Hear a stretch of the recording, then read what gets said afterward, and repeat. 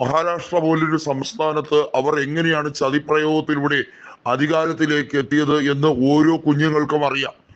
നിയമസഭാ തെരഞ്ഞെടുപ്പിൽ നടന്ന അട്ടിമറിയെക്കുറിച്ച് വ്യക്തമായ അന്വേഷണ റിപ്പോർട്ട് പുറത്തു വരുമ്പോൾ മുഖ്യമന്ത്രി പദവി ഒഴിയേണ്ടി വരുന്ന നാണംകെട്ട അവസ്ഥയിലാണ് ഫഡ്നാവിസ്. ഫഡ്നാവിസിന്റെ മണ്ഡലമായ നാഗ്പൂർ സൗത്ത് വെസ്റ്റിലെ തെരഞ്ഞെടുപ്പ് പോലും മരവിപ്പിക്കേണ്ട സാഹചര്യത്തിലേക്ക് കാര്യങ്ങൾ എത്തും.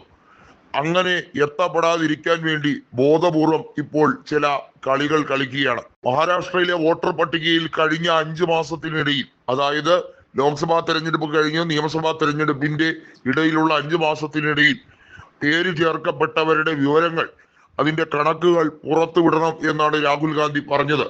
അങ്ങനെ പുറത്തുവിട്ടാൽ ഓരോ മണ്ഡലങ്ങളിലും BJP ജയിച്ചത് എങ്ങനെയെന്നുള്ളത് വ്യക്തമാകും. BJPക്ക് കള്ള വോട്ടുകൾ കിട്ടിയിട്ടുണ്ട്, അഥവാ BJPയുടെ വോട്ടുമായി ബന്ധപ്പെട്ട കാര്യത്തിൽ വലിയ രീതിയിലുള്ള അനിശ്ചിതത്വം ഉണ്ട്.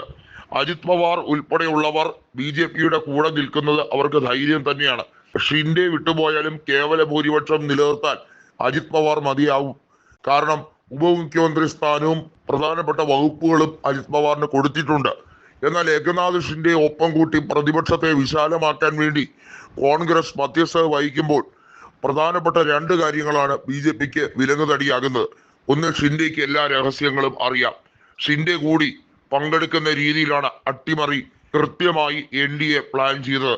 അതിന്റെ നേട്ടങ്ങൾ, അതിന്റെ ഗുണം എല്ലാ തരത്തിലും ഷിൻഡെയുടെ ആളുകളും അനുഭവിച്ചിട്ടുണ്ട് എന്നാണ് BJPയുടെ നേതാക്കൾ പറയുന്നത്. BJPയുടെ നേതാക്കളായിട്ടുള്ള പങ്കജ മുണ്ടയും അതുപോലെ തന്നെ പ്രഥം മുണ്ടയും ഒക്കെ ഇപ്പോൾ ദേശീയ രാഷ്ട്രീയത്തിലും മഹാരാഷ്ട്ര രാഷ്ട്രീയത്തിലും മാറി നിൽക്കുന്ന സാഹചര്യമാണ്. ഗോപിനാഥ് റാവു മുണ്ടയുടെ മക്കൾക്ക് ഇപ്പോൾ BJP സ്ഥാനമാനങ്ങളൊന്നും നൽകുന്നില്ല. പങ്കജ മുണ്ടയാണെങ്കിൽ കഴിഞ്ഞ ലോക്സഭാ തെരഞ്ഞെടുപ്പിൽ 7 ലക്ഷത്തോളം വോട്ടുകൾക്ക് പ്രഥം മുണ്ടെ വിജയിച്ചു കയറിയ ബീഡ് ലോക്സഭയിലാണ് ദയനീയമായി പരാജയപ്പെട്ടത്. ഇപ്പോഴത്തെ സാഹചര്യങ്ങളിൽ കൃത്യമായൊരു നിലപാടിലേക്ക് നിതിൻ ഗഡ്കരി പോലും പോകുന്നില്ല. ഗഡ്കരിക്ക് അറിയാം മഹാരാഷ്ട്രയിൽ എന്ത് രീതിയിലുള്ള കളികളാണ് BJP രഹസ്യമായി കളിച്ചത് എന്നുള്ളത്. ഫഡ്നാവിസിനെ സ്ഥാനത്തു നിന്നും മാറ്റാൻ വേണ്ടി ഗഡ്കരിക്കും താല്പര്യമുണ്ട്. രണ്ടുപേരും നാഗ്പൂരുകാരാണ്. എന്നാൽ താരതമ്യേന സീനിയോറിറ്റി ഉള്ള ഗഡ്കരിയെ കേന്ദ്രത്തിൽ പോലും ഒതുക്കാൻ ശ്രമിക്കുകയാണ്. അമിത്ഷാ ഉൾപ്പെടെയുള്ളവർ ഗഡ്കരിയെ എങ്ങനെയും കേന്ദ്ര മന്ത്രിസഭയിൽ നിന്ന് പുറത്താക്കാൻ വേണ്ടി നാണം കെട്ട കളികൾ കളിക്കുമ്പോൾ സ്വാഭാവികമായും ഗഡ്കരിയുടെ മനസ്സിൽ പ്രതികാര ബുദ്ധിയുണ്ട്. അദ്വാനി പക്ഷക്കാരനായ ഗഡ്കരിയെ സംബന്ധിച്ചിടത്തോളം മോദിക്ക് ഒരു പണി കൊടുക്കുക എന്നുള്ളതും പ്രാധാന്യമാണ്. മഹാരാഷ്ട്രയിൽ ഫഡ്നാവിസിന്റെ രാജിക്ക് വേണ്ടി ചില ചരടുവലികൾ ഗഡ്കരി നടത്തുന്നുണ്ട്.